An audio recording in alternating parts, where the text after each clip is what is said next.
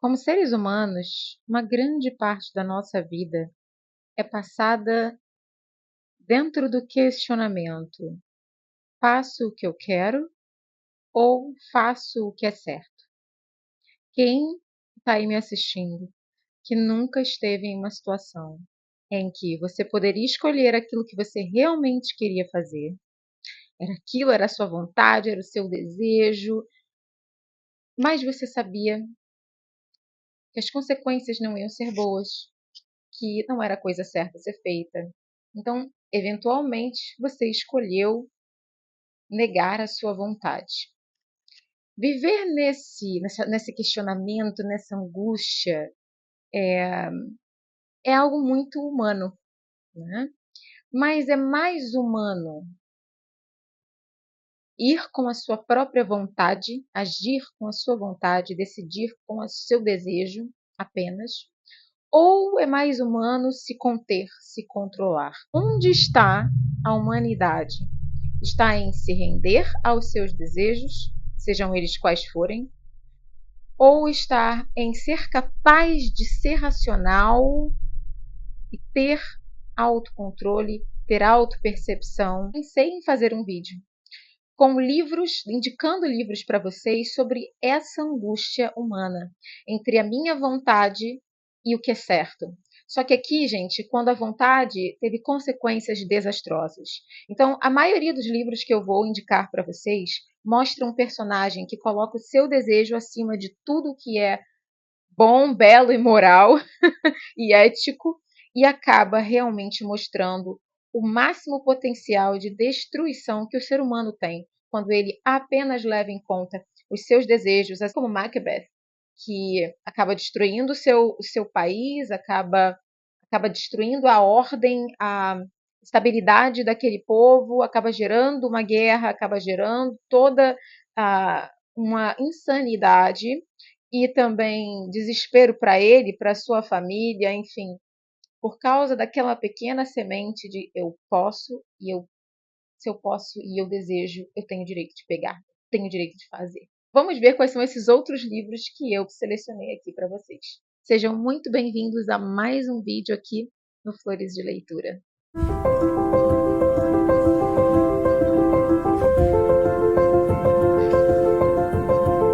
Eu começo por uma indicação leve. Por que eu digo que é leve? Porque Zorba, o grego, ele não destruiu a vida de ninguém fazendo apenas aquilo que ele desejava, em detrimento da regra, da ordem, do que é certo, dos compromissos, enfim. Ele é simplesmente um homem que adotou um estilo de vida, talvez ali naturalista, em que o único respeito que ele tem é por aquilo que é vontade, é a sua própria vontade, né? Então, aqui nesse livro nós temos dois personagens interessantíssimos que se contrastam.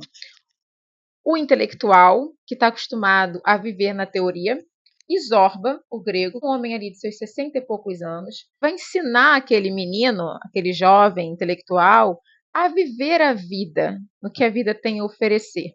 E eu sei que essa é uma leitura, tá, gente? Mas para mim o que fica muito claro aqui é essa escolha entre uma vida com raízes, com vínculos, e vínculos e raízes implicam regras, implicam compromisso, né? Não tem como você ter vínculos e raízes sem você estar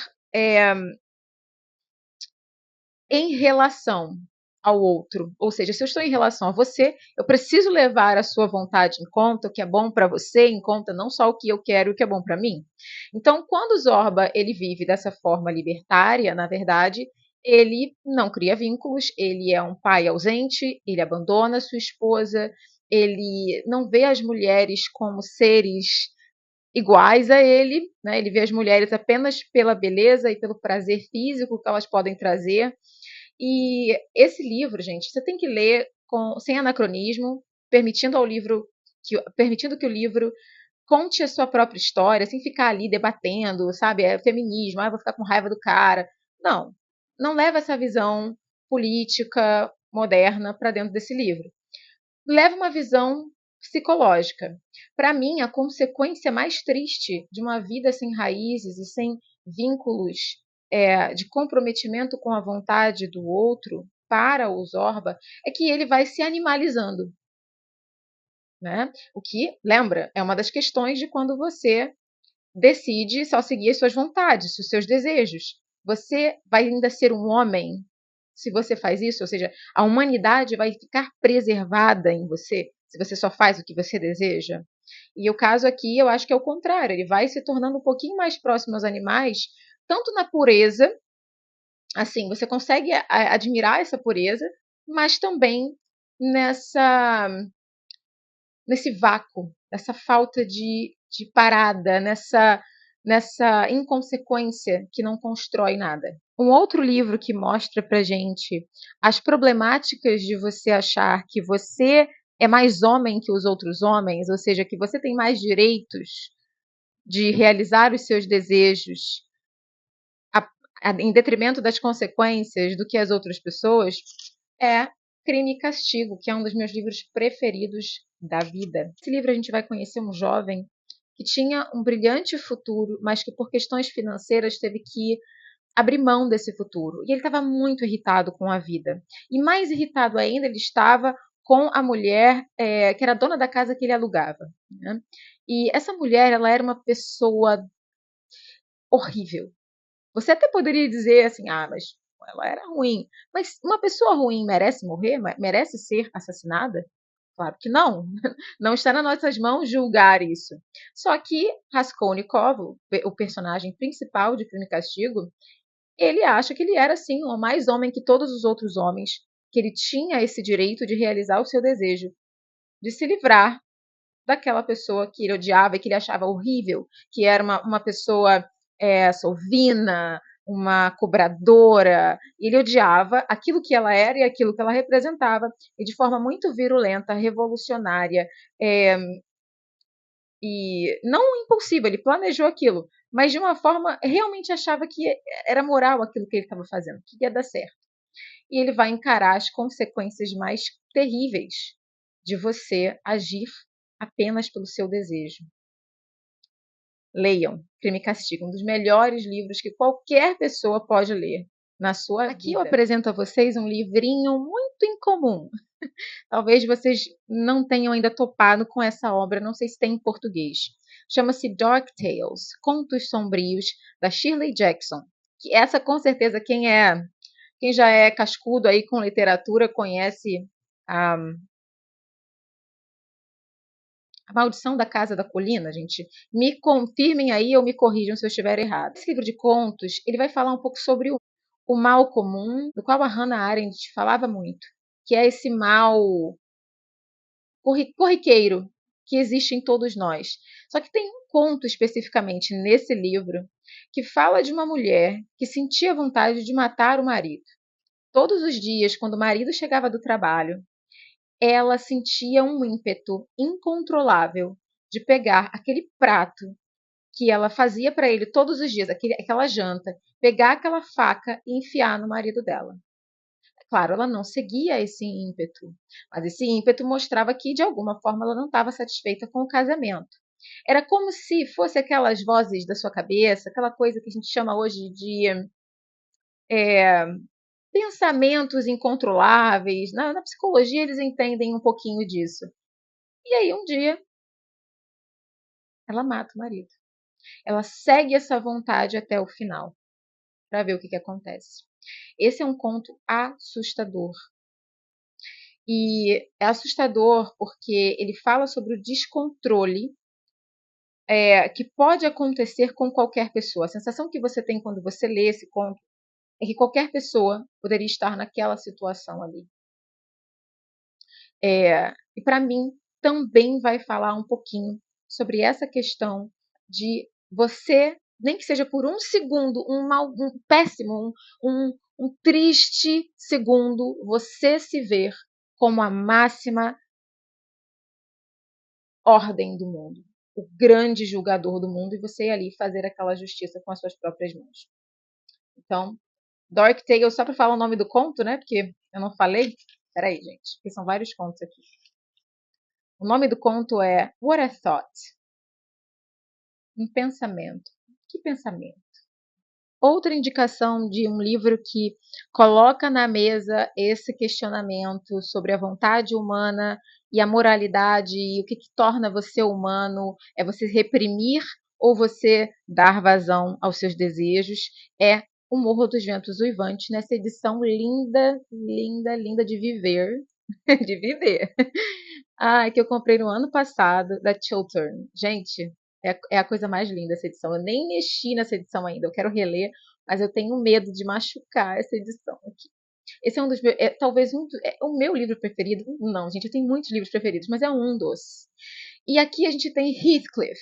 Heathcliff foi extremamente abusado, agredido, humilhado durante a maior parte da sua vida e a infância inteira. E um dia ele retorna com sangue nos olhos, prestes a fazer a sua própria vontade.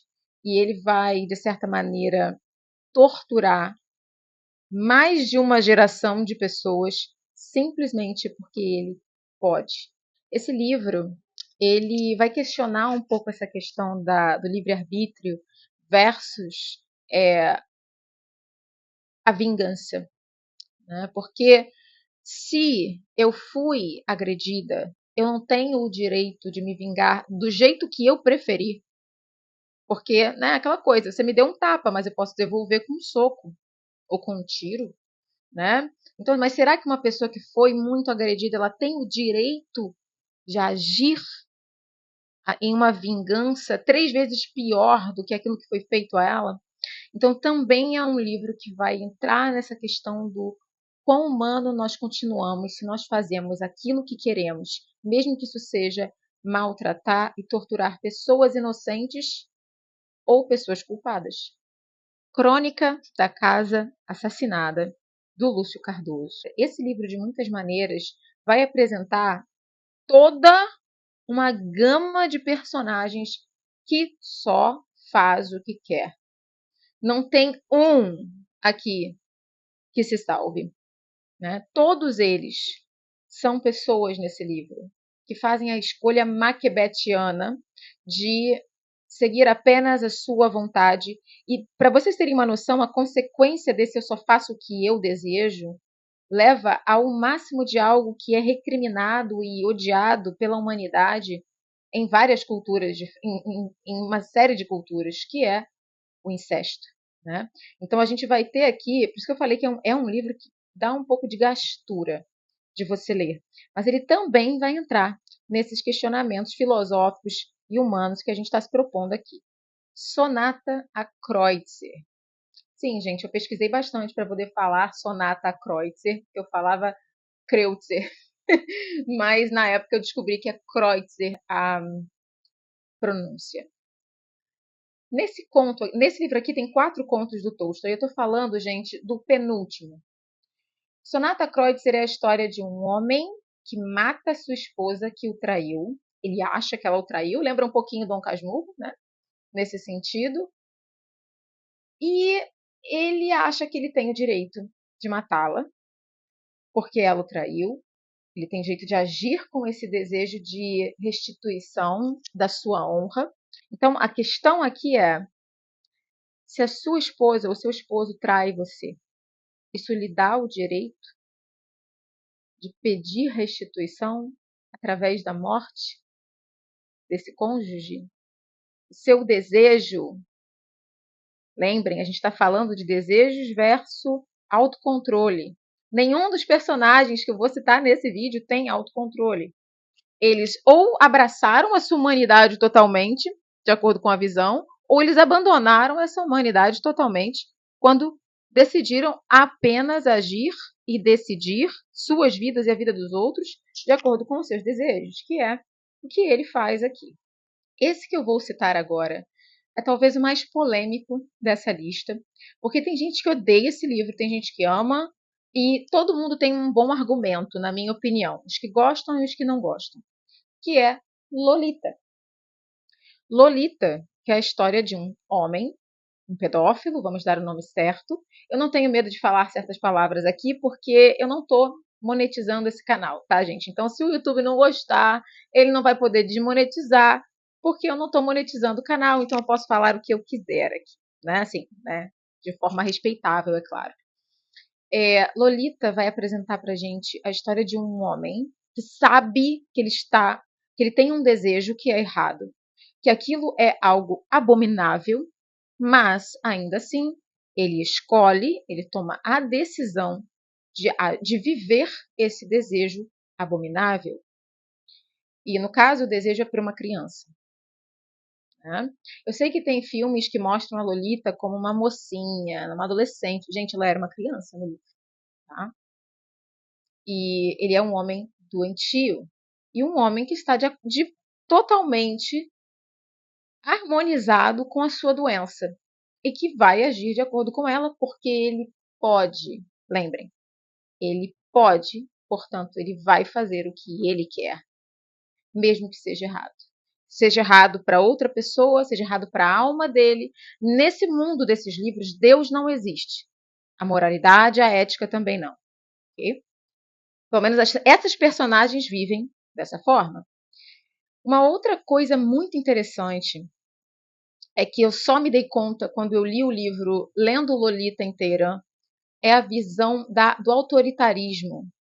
Essa ideia de que você tem o direito de determinar a vida dos outros. Se você está numa posição de poder, você tem o direito de determinar o que acontece com outra pessoa, seja uma criança que está sob os seus cuidados, no caso ela, a Lolita do livro, e no caso também de um governo autoritário, de um líder autoritário que faz isso com o povo.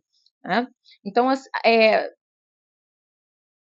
quanto a gente pode exercer poder através dos nossos desejos? Esse é um livro muito interessante e ele tem camadas subtextuais que, às vezes, na primeira leitura a gente não pega. E eu finalizo essa lista com o conto O Coração Delator, do Edgar Allan Poe.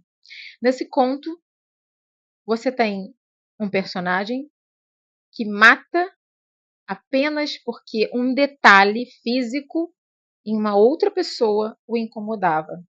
Era uma pessoa que estava sob o cuidado dele, um idoso, e aquele olho de vidro do idoso o incomodava tanto que a única forma de ele se livrar daquele incômodo era tirando a vida daquela outra pessoa, daquele senhor.